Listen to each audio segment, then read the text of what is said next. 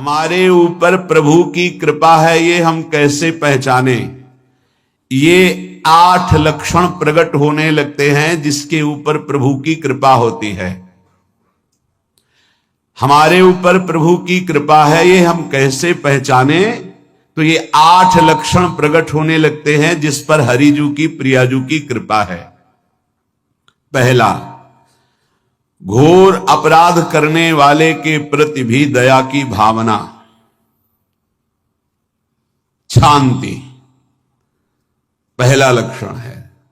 भाव में भी पहले शांत भाव है। हमारे ऊपर श्री हरिजू की कृपा है, इसकी पहचान ये 8 लक्षण। पहला, शांति, अर्थात घोर अपराधी के प्रति भी गुस्सा ना आना, क्षमा करना, यह हरि की कृपा का लक्षण है। देख लो भाई, घोर अपराधी शब्द तो जाने दो, जरा सा प्रतिकूल हो जाए तो लाख समझाओ पर भ्रकुटी तनी रहती है। भला ऐसा है?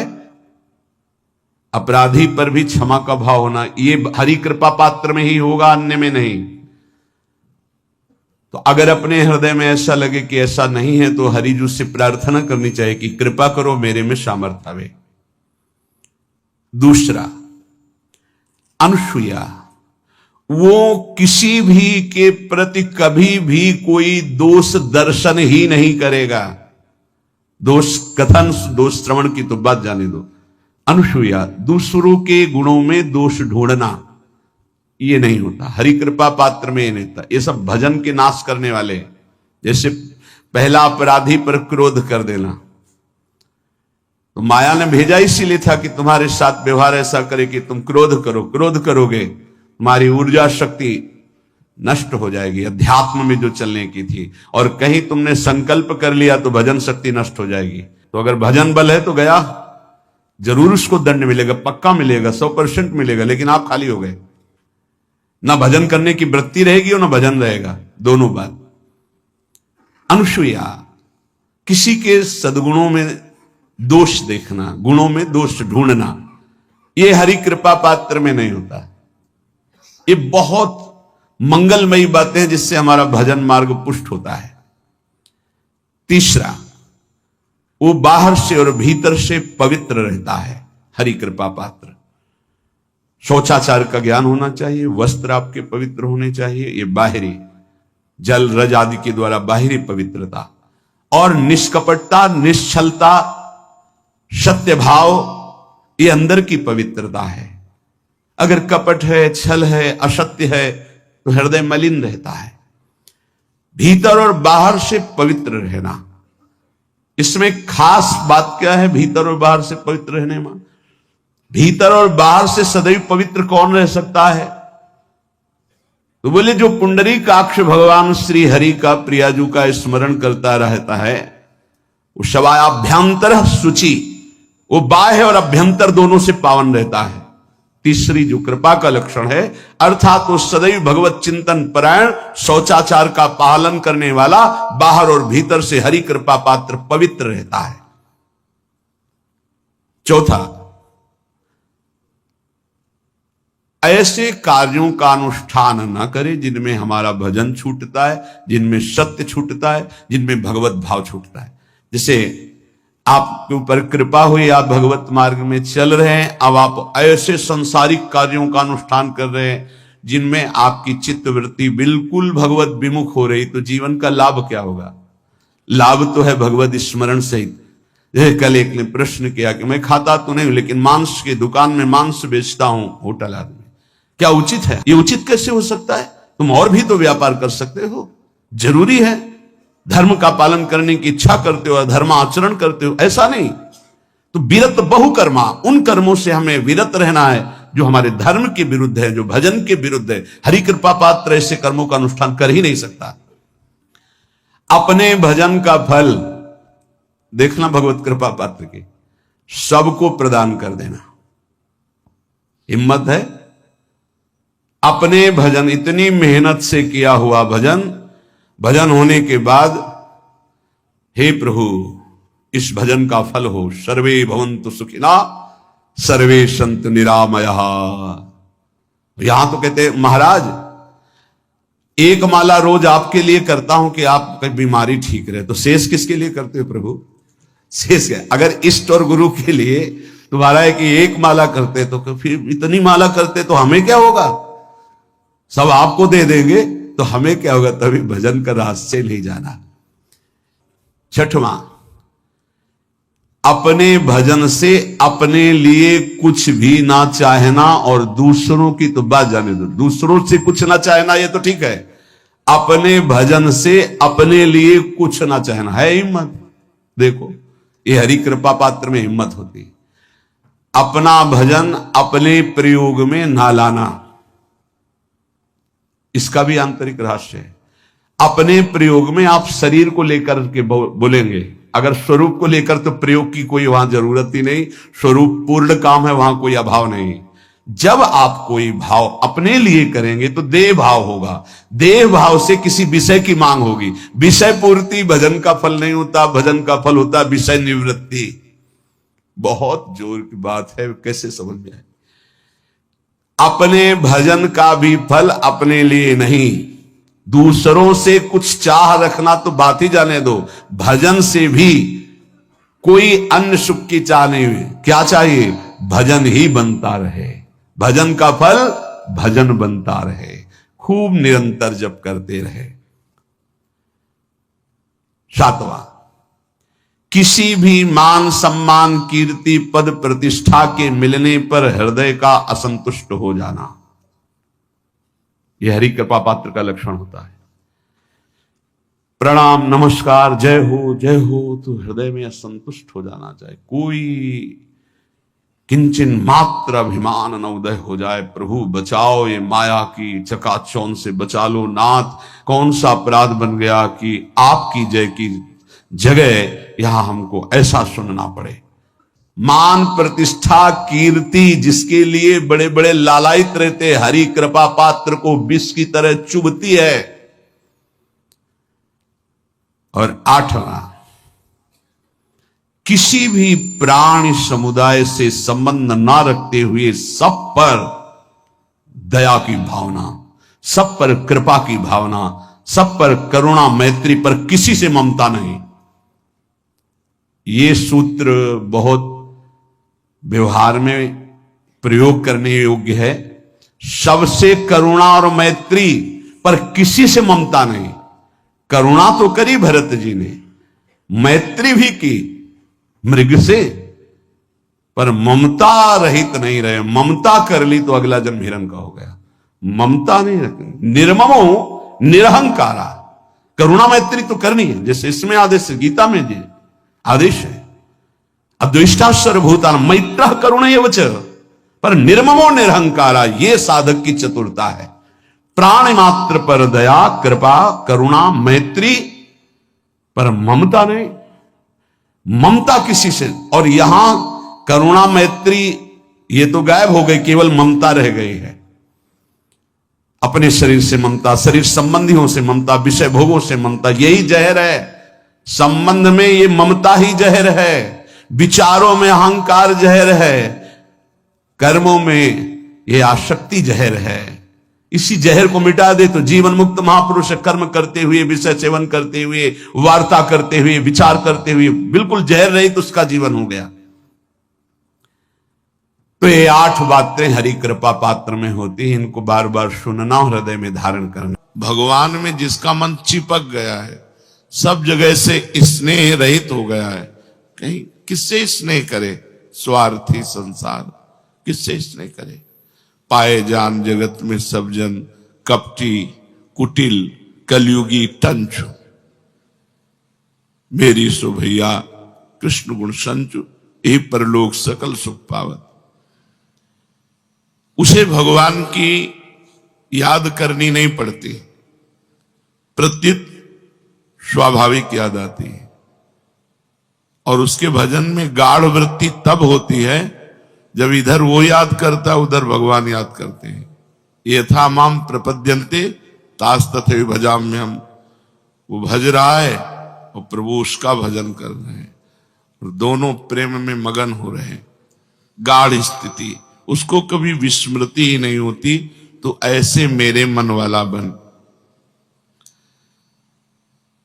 जब तक विनाशी शरीर और विनाशी भोगों में खिंचाव है, तब तक बड़ी परेशानी होती भजन में। हम करना चाहते हैं भजन और मन हमारा खिंचता है भोगों में, शरीर संसार में, व्यर्थ की बातों में, तो निराश होने की जरूरत नहीं है। जिस साधक की ऐसी स्थिति है कि वो भजन तो करना चाहता है, भजन के लिए जीवन अर्पित किए है, भजन में बैठता भी है, पर भजन में मन नहीं लगता, मैयासक्त मना वो नहीं है, उसका मन भोगों की तरफ खींचता है। क्या कह रहे हैं? पहली बात, साधक की नीयत सच्ची होनी चाहिए कि मैं भजन करने के लिए ही बैठा हूं। जो भगवान के नाम का जप करने के लिए नियत उसकी सही है, मैं भजन करना चाहता हूं, अंदर से चाहता है भजन करना चाहता हूं, पर ये दुष्ट मन बार बार विषयों में, व्यक्तियों में, स्थानों में ये भटकता है, उसको अच्छा नहीं लगता, पर वो मन को वश में तो कर नहीं पा रहा, इसलिए मन जा रहा है पर उसे अच्छा नहीं लगता। यह है सच्ची नियत का साधक। वो भजन करने बैठा, उसका मन भोगों में जा रहा है, उसको अच्छा नहीं लग रहा, जलन हो रही, ये क्यों जा रहा है? बार बार वो प्रयास करके अपने मंत्र को, अपने नाम को चला रहा है। उसने जो ही भजन के लिए बैठा, तो भगवान ने भजन करने के पहले से ही उसको अपना मान लिया भजनानंदी।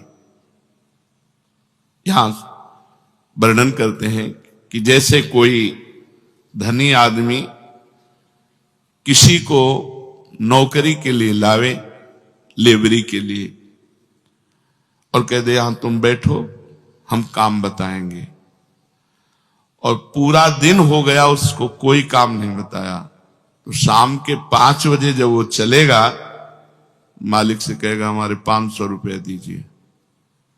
कहेगा किस बात के? बोले बैठने के। आप हमें लिवा के लाए, आपने कोई काम नहीं बताया, अब हमारी तो दिहाड़ी आपको देनी पड़ेगी। तो ईमानदारी से उसको 500 रुपए लेबर को देने पड़ेंगे, क्योंकि वो तो आप बुला के लाए और कहा यहां बैठ जाओ, वो बैठा है, अब आपने कोई काम नहीं बताया तो कोई काम नहीं किया, पैसे आपको देने पड़ेंगे, पेमेंट आपको देना पड़ेगा। ऐसे ही तुम सारे दिन प्रभु को अपना दिए हो, सुबह से लेके शाम तक वाणी पाठ, नाम कीर्तन, भजन, इसके बाद आपका मन नहीं लगता, तो जो मन लगने का फल है वो आपको प्राप्त होगा। भगवान बेईमान नहीं है, भगवान ईमानदार है, और भगवान सर्वज्ञ हैं, जानते हैं कि ये मेरा भजन करने का प्रयत्न कर रहा है, पर मेरी दुरंत माया के कारण इसका मन भजन में नहीं लग रहा है, तो भगवान उस साधक को भजन का वैसे ही फल देते हैं जैसे फल मन लगने पर। क्या फल मिलेगा? उसका मन लगने लगेगा। भजन का फल क्या मिलेगा? उसका मन लगने लगेगा। पहला, ईश्वर अनुग्रह, ये अनुभव होगा उसको, मेरे ऊपर भगवान की बड़ी कृपा है, मेरे ऊपर भगवान की बड़ी कृपा है, श्री जी की बड़ी कृपा है, ये बार बार अनुभव होगा। भगवद अनुग्रह अनुभव पहला। और दूसरा फल क्या होगा? भगवान की सत्ता में अपने को लीन देखना, ये फल मिलेगा। जो ईमानदारी से भजन करने में बैठता है पर मन नहीं लगता, तो मन ना लगने पर भी उसे कुछ दिनों बाद ये अनुभव होने लगेगा कि श्री जी की हमारे ऊपर बड़ी कृपा है, और फिर श्री जी की मधुर महामंगलमय रूप में वो लीन होने लगेगा, अपने आप मन उसमें लगने लगेगा। इसमें भगवत जो दर्शन है, इन इंद्रियों की ताकत नहीं है कि भगवान के दर्शन करने, जो अभी इंद्रियां हैं, नाम जप के द्वारा, मंत्र जप के द्वारा इनका मार्जन होता है, इनमें चिदानंद ताकत आती है इन इंद्रियों में। स्थूल इंद्रियों से भगवत रूप दर्शन नहीं किया जा सकता। जब भजन किया जाता है, डट के भजन, तो इन्हीं इंद्रियों में चिदानंद सामर्थ आती है। और इन्हीं नयनन सब सुख देखे, अपनो जन्म सुफल कर लेखे, उसे अनुभूति होने लगती है।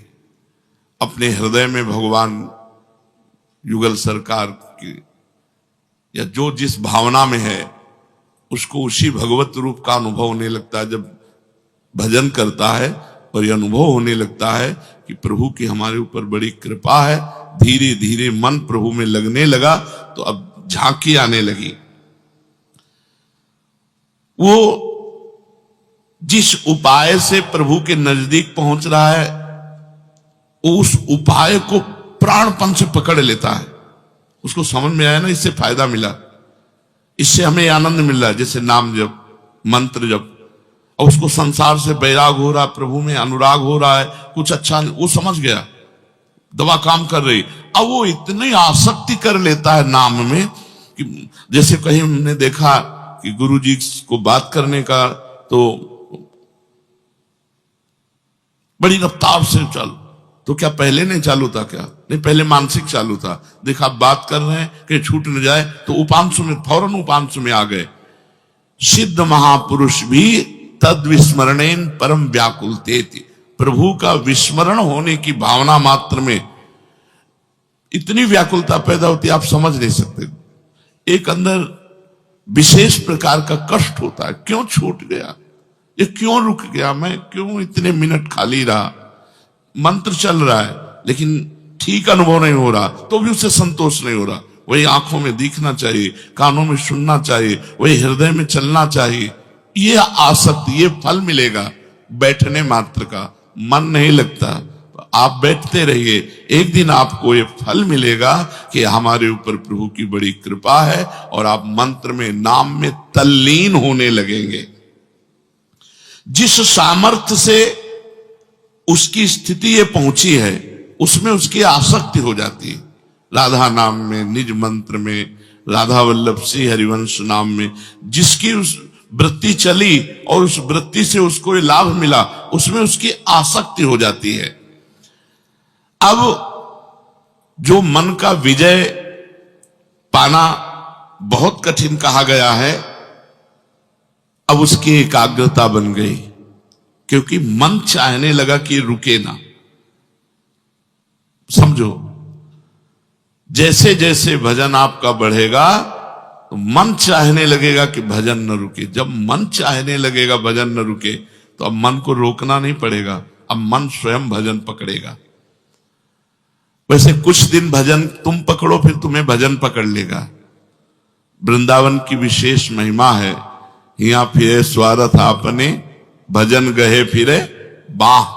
पर कुछ दिन डट के भजन करना पड़ेगा। सच्चा वैराग्य और दीर्घ काल तक, दीर्घ काल माने बहुत लंबे समय तक भजन का अभ्यास, इससे ये सिद्धि प्राप्त होती है। स्वयं भजन चल रहा है, अपने आप भजन चल रहा है, वो केवल देख रहा है, सुन रहा है, बस शांत। जैसे जैसे शोरगुल आवाज होती है, वैसे वैसे मंत्र की ध्वनि और जोर से होती है। उसके मंत्र ध्वनि में अंतर नहीं पड़, अगर अंतर पड़ने लगेगा तो टिकेगा नहीं, वो तुरंत हटेगा, क्योंकि उसकी जो बात बनी है उस अंदर के चिंतन से बनी है। अब वो अंदर का चिंतन नहीं छोड़ सकता, उसके लिए बहुत बड़ी बात है। अंदर का चिंतन छोड़ना मानो प्राण निकल जाए, ऐसा कष्ट होना होगा, इसलिए उसे वो पकड़ लेता है। सच्चा वैराग्य, तरह तरह के विषय भोग उसके सामने उपस्थित किए जाएं तो भी उसकी अंतर्वृत्ति बाहर भोगने के लिए नहीं आती। इतना अंतर में, नाम जप में, मंत्र जप में मन लग गया कि बाहर भोगने के लिए नहीं आती। उसकी तनिक भी भोग में मन की प्रवृत्ति ही नहीं रह गई। भजन में जब एक एक शब्द पीछे, जब साधन करते करते उसको झलक आई, इंद्रियों में चिदानंद पावर आया, और झलक आई तो इतना आसक्त होने लगा कि इसी भजन से ये बात बनी, ये आनंद मिला, उसकी भजन में आसक्ति हो गई। अब उसकी आंतरिक इतनी आसक्ति है कि बाहर उत्तम से उत्तम भोग उपस्थित होने पर भी भोगने की रुचि नहीं है। वो अंतर्वृत्ति में युक्त होते हुए खाता पीता सोता जागता चलता फिरता, कहीं भी आसक्ति नहीं है, मन की तनिक भी प्रवृत्ति नहीं। ये बड़े बड़े तपस्वियों के लिए भी दुर्लभ है। इसलिए भगवान ने कल चर्चा सुनी थी कि तपस्वियों से भी अधिक, ज्ञानियों से भी अधिक, कर्मयोगियों से भी अधिक मेरा वो परम भक्त है जो निरंतर मेरा भजन करता है, श्रद्धा पूर्वक मेरा भजन करता है। ये गति बड़े बड़े तपस्वियों के लिए भी दुर्लभ है। ऐसी स्थिति तक पहुंचने के लिए विषयों में दोष दृष्टि करनी चाहिए। सब संसार भोग रहा है, अगर इसमें सुख होता तो ये तृप्त हो जाते, नहीं। हे भगवान, मेरे हृदय में विषय स्फुरना ना हो। हे भगवान, कभी मैं विषयी पुरुष का संग न करूं। हे भगवान, कभी कोई विषय सेवन की मेरे हृदय में रुचि न हो। ऐसी प्रार्थना करनी चाहिए भगवान से, श्री जी से प्रार्थना करनी चाहिए कि श्री जी ऐसी कृपा करो कि भोगों की तरफ आकर्षण न हो, भोग उपस्थित होने पर भोगने की इच्छा न हो। लाडली, अब ये जन्म आपको दिया, आप हमें सामर्थ्य दो कि मैं किसी भी तरह से इन निकृष्ट भोगों की तरफ आकर्षित ना हूं। और चित्त को बार बार नाम में, मंत्र में लगाना, चाहे कोई भी हो, कोई भी का मतलब स्त्री पुरुष, पढ़ा लिखा मूर्ख, कोई भी जो बार बार अपना चित्त नाम में लगाता है, तो उसके सामने जो नाम का आधार होता है, जैसे राधा, तो राधा नाम का आधार है राधा रूप, वो उसके सामने आएगा। राधा रूप सामने आते ही क्या दशा होगी साधक की, जहां वो रूप है कि अखिल लोक ब्रह्मांड नायक परात्परीश भगवान श्री कृष्ण जिस रूप को देखकर मोहित हो जाते हैं, और ऐसे मोहित होते हैं कि एक पल भर के लिए भी पलक झपना उनको असह्य होता है। ये अली प्रिया बदन अंबुज रस अटके अनत न जात, कहा कहो इन नैनन की बात, जब जब रुकत पलक संपुट अति आतुर अकुलात, लंपट लव निमेश अंतरते अलप कलप सतसात, कहा कहो इन नैनन की बात। जहां लालजू को एक पलक झपकने की भी वियोग को अलप कलप सतसात, सैकड़ों कल्पों के वियोग का दुख अनुभव होता है, वो रूप जब उपासक के सामने आएगा तो उसका मन कहीं जाएगा, उसकी इंद्रियां कहीं जाएंगी, उसे कोई भोग अच्छा लगेगा?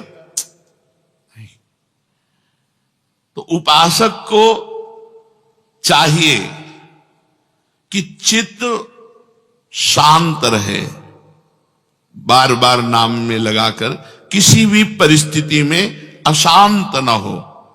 संतुष्टा एन केनवा, कैसी भी परिस्थिति हो संतोष धारण करो, नाम तुम्हारा न छूट जाए। अगर संतोष नहीं धारण करते तो उधर मन खिंचाव करेगा अनुकूल या प्रतिकूल परिस्थिति में, और नाम छूट जाएगा। अनुकूलता में राग नहीं, प्रतिकूलता में द्वेष नहीं।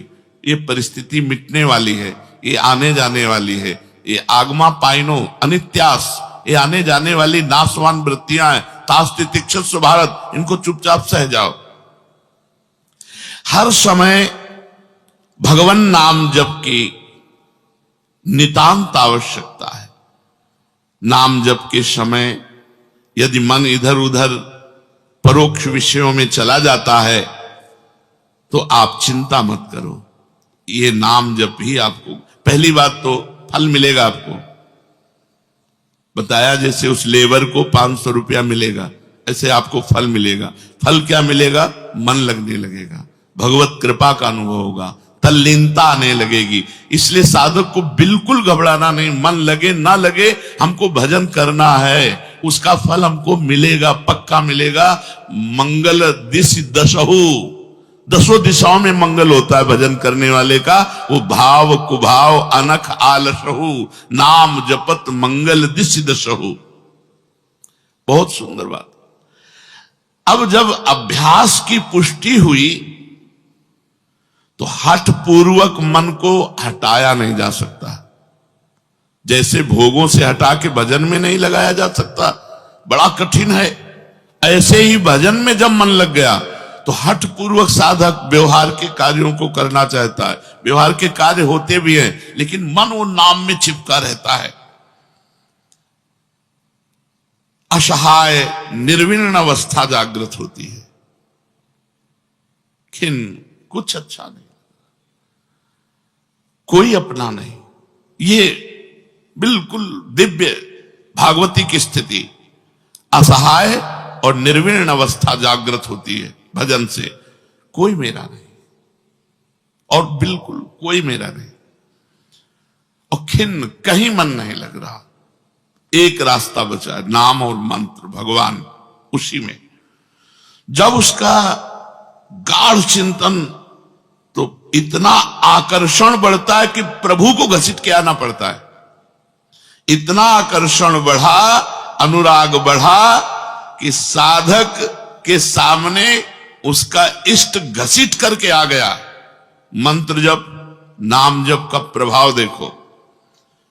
अपने प्रीतम की मधुर झांकी करते ही जन्म जन्म की कलुषता नष्ट हो गई, हृदय द्रवित हो गया। अब बस आह भर के रोना, सिसकना, पुकारना, तड़पना, बस यही बकाया रह जाता है। एकांत में बैठे कभी चिल्ला के रो पड़ा। धीरे धीरे इष्ट देव का इतना अनुग्रह हुआ कि वो जिधर देखता है उधर वही दिखाई देते हैं। पहले तो हृदय में साक्षात्कार हुआ, फिर अब जिधर देखता है उधर, जिधर वस्तु नहीं, वस्तु की जगह वही दिखाई देता है। जिससे गोपीजन कहती, जित देखूं तित श्याममयी है। मैं जिधर देखती हूं उधर मेरे श्याम सुंदर ही दिखाई देते हैं। यहां तक पहुंचने के लिए साधक को साधना की सीढ़ियों से चढ़ना होता है। उसे अपने चिंतन को बचाना होता है। अतः साधक खास बात चिंतन की रखे।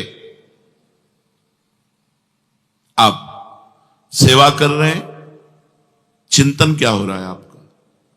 श्री जी की एक एक अंग की एक एक सेवा का चिंतन हो रहा तो सेवा ठीक हो रही। अगर सेवा के सिवा कुछ अन्य चिंतन हो रहा, सेवा हो रही, तो रुको, पहले नाम चलाओ, मंत्र चलाओ, पद चलाओ, श्री जी की सेवा का चिंतन करो। श्री जी की नथ ऐसी, श्री जी की बेशर को ऐसे पहनाना, श्री जी की पत्रावली ऐसे करनी, श्री जी का ऐसा पहले पूरा दिमाग में लाओ। पूरा चिंतन करते हुए फिर श्री जी की खास बात साधक को इस स्थिति तक पहुंचने के लिए सर्वत्र भगवत दर्शन के लिए चिंतन समा। इसीलिए गीता जी में भगवान ने चिंतन पर जोर दिया। अनन्य चिंतयन्तो माम अनन्य चेता सततम। जगह जगह भगवान ने चिंतन की बात कही है।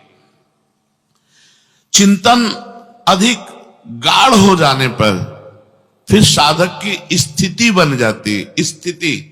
स्थिति का मतलब होता है दुनिया की सब विपत्ति एक साथ टूट पड़े तो भी उसमें कोई फर्क नहीं पड़ेगा, स्थिति बन जाती है। तो पहला,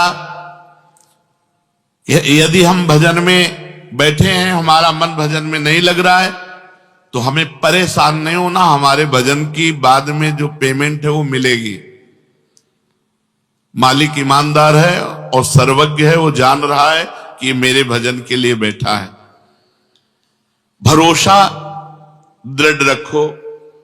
भगवान की कृपा तुम्हारे ऊपर है।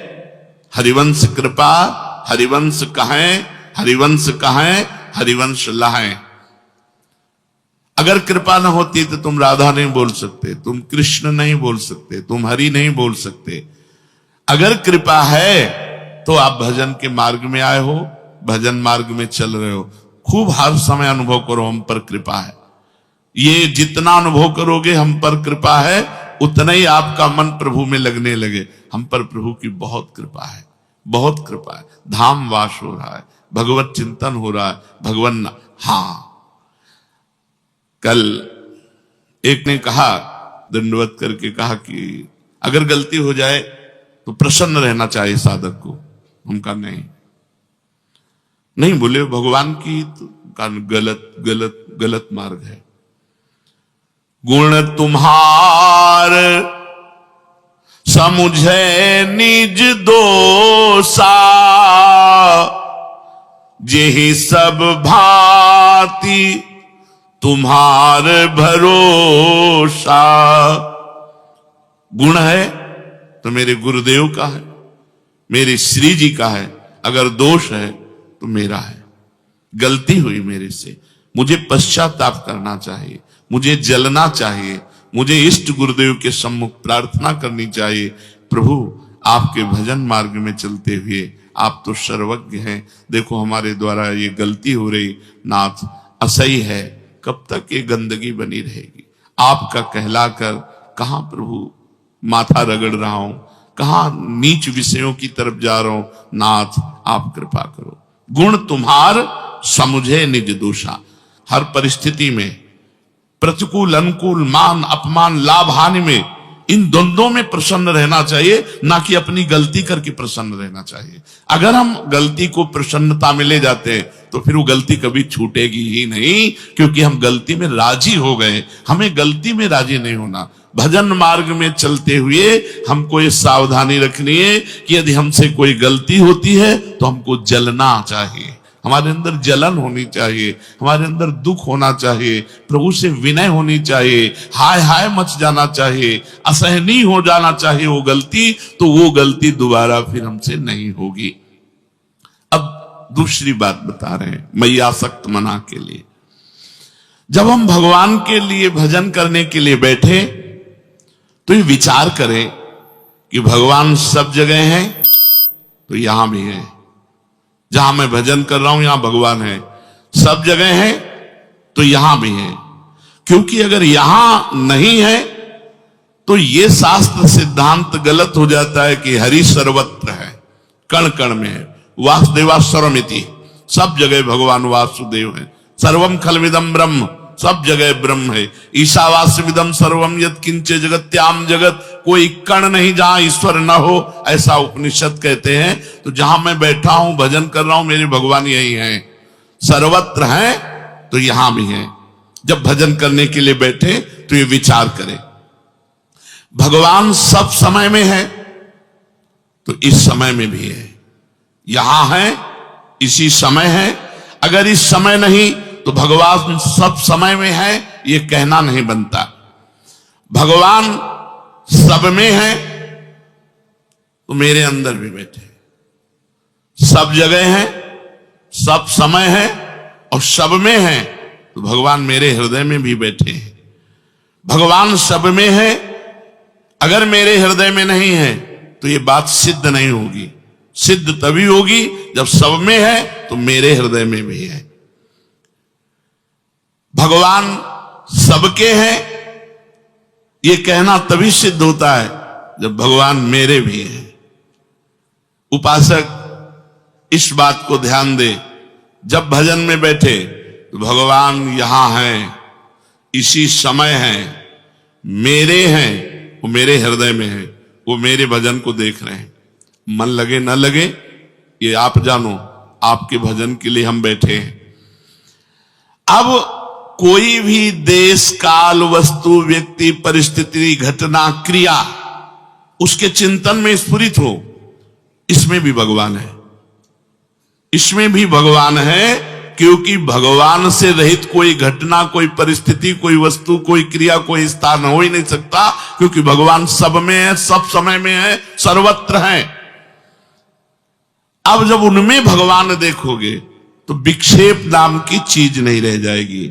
इसलिए भगवान नाम जप करते हुए प्राण में, मन में, बुद्धि में, शरीर में, शरीर के रोम रोम में, जगत के कण कण में मेरा इष्ट विराजमान है, चिद चिद लक्षणम सर्वम राधा कृष्णमयम जगत, ऐसी भावना करके बैठो, पूरा का पूरा समय आपका दिव्य भजन माना जाएगा। ये तो भगवान ने कहा मैं आसक्त मना, मेरे में आसक्त मन वाला। भगवान के आसक्त मन वाला हो और आश्रय किसी और का लिए हो,